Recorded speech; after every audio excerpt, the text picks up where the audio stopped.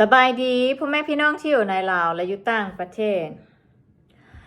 และก็สบายดีพ่อแม่พี่น้อง FC ดังฝั่งไทยเบอร์สุขุสุคนนะครบรอบ79ปีเนาะของพรรคประชาชนปฏิบัติลาวนะ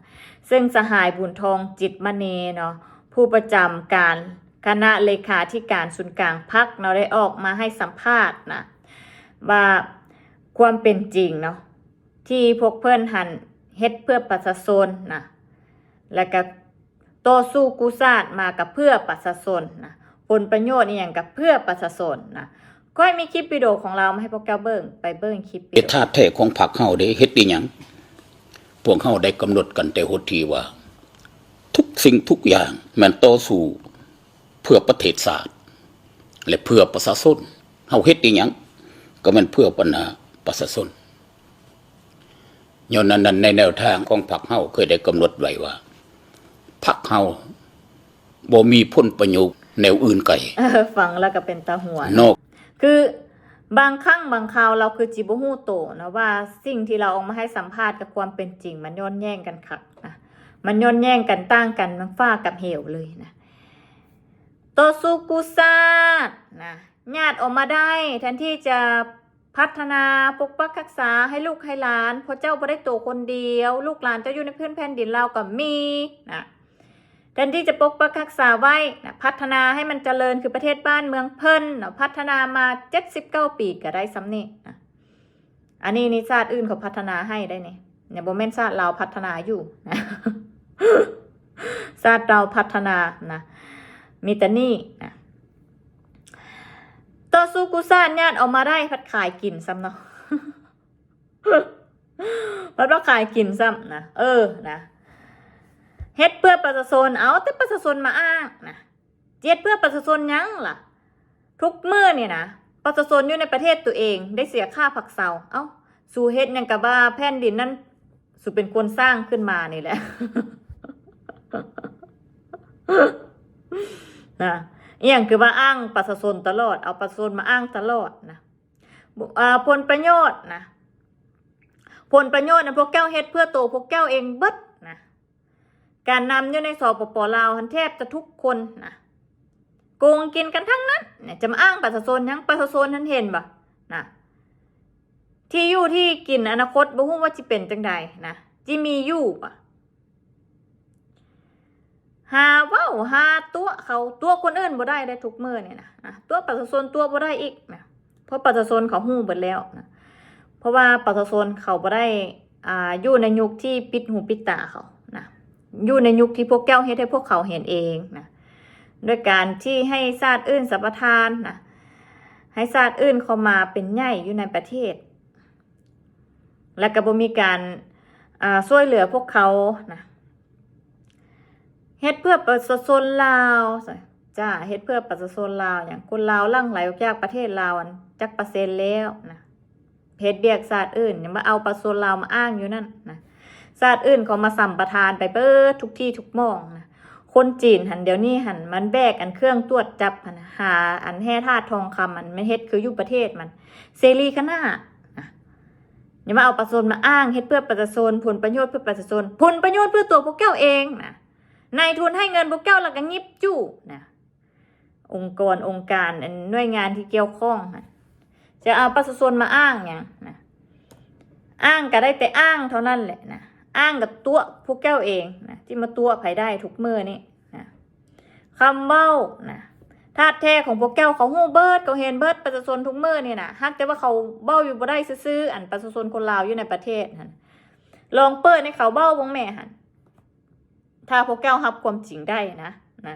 ถ้าเกิดรับความจริงบ่ได้แต่ว่าจะไปเบ้าว่าเขาใส่ให้ไปสีพวกแก้วอีกเป็นซี่ก็ยัง ออกมาเบ้านะพวกแก้วตกลงกันนี่ยัง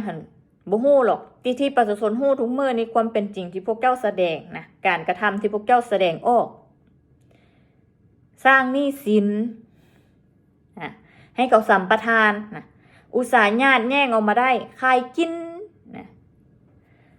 เจ็ดจังใดเจียวประชาชนมาอ้างเพื่อหยังนะ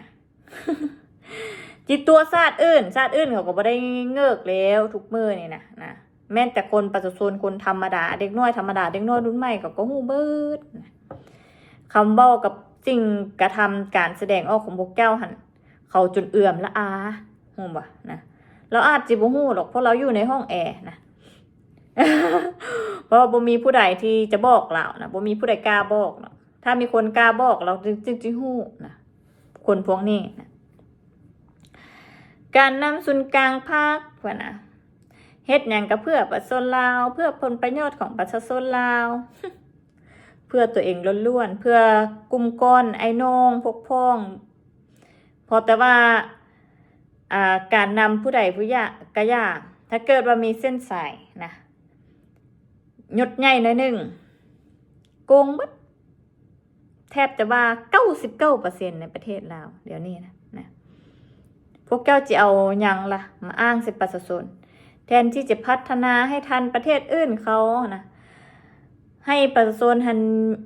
มีที่อยู่ทำมาหากินอยู่ในประเทศตัวเองนะชาติอื่นเขาจะเบิ่งได้ว่าอันนั้นคือสิ่งที่พวกเจ้าเฮ็ดได้พวกเขานะพวกเจ้าคิดเพื่อประชาชนพวกเจ้าต้องเฮ็ดแบบหนึ่งมานี่พวกเจ้าต้องสร้างธาตุฐานให้กับประชาชนนะสร้างธาตุฐานอย่างแน่การศึกษานะศึกษาการมีเวียกมีงานเฮ็ดอยู่ในประเทศตัวเองพื้นฐานง่ายๆพวกเจ้ายังบ่เฮ็ดซ้ำนะนี่เฮ็ดเพื่อประชาชนเฮ็ดหนังสือออกมาบังคับให้ประชาชนซื้อบังคับให้ประชาชนต้องซื้อเอาซื้อมายังอันอย่างกับหนังสือที่ให้ไอ้น้องลาวเวียดความสัมพันธ์ไอ้น้องลาวเวียดเอามาซ้อยยังนะจะเอามาปลุกฝังสมองเขาให้กับเสื้อเป็นตุเป็นตาคือเมื่อก่อนน่ะเขาซื้อมา7ก้นเล่นโง่บ่นะ คนลาวเขาก็ตื่นแล้วนะส่วนหนึ่งนะฮักแต่เขาว่าอย่างไรบ่ได้เขาออกความคิดเห็นบ่ได้นะถึงพวกเจ้าจีอยากตัวน่ะใดอยู่กับย่าแห้งคนมาอยู่นอกแห้งเขาหู้เบิดคนอยู่ในเขาก็หู้ดีนะพวกนายทุนซูเมอร์นี่เขาเป็นใหญ่อยู่ในประเทศเจอนายทุนแบบจีนแน่น้อยหนึ่งกะแห้งคักนะถ้าจีเอาประชาชนมาอ้างคือตะกี้หันเดี๋ยวเว้านะประชาชนก็หัวขวนนะไปเบิ่งอ่านคอมเมนต์เองเด้อนะอันพวกที่ว่าเขาโพสต์ลงนะไปหาเบิ่งตามซ่องที่เขาโพสต์ลงเด้อไปหาอ่านคอมเมนต์นะถ้าอยากรู้มันเป็นจังใดนะเพราะคอมเมนต์แต่ละคอมเมนต์ทุกซ่องค่อนข้างจะไปทางแนวเดียวกันนะหน้ามือเป็นหลังโหบะ การนำอันสลาดซ่องใส่บ่มีมองตัวไผแล้วก็ตัวเองนะเอ้าสมเสยย่องยอสมเสย79 ปีที่ย่านมาได้กับขายกินนะเอ้าสมเสย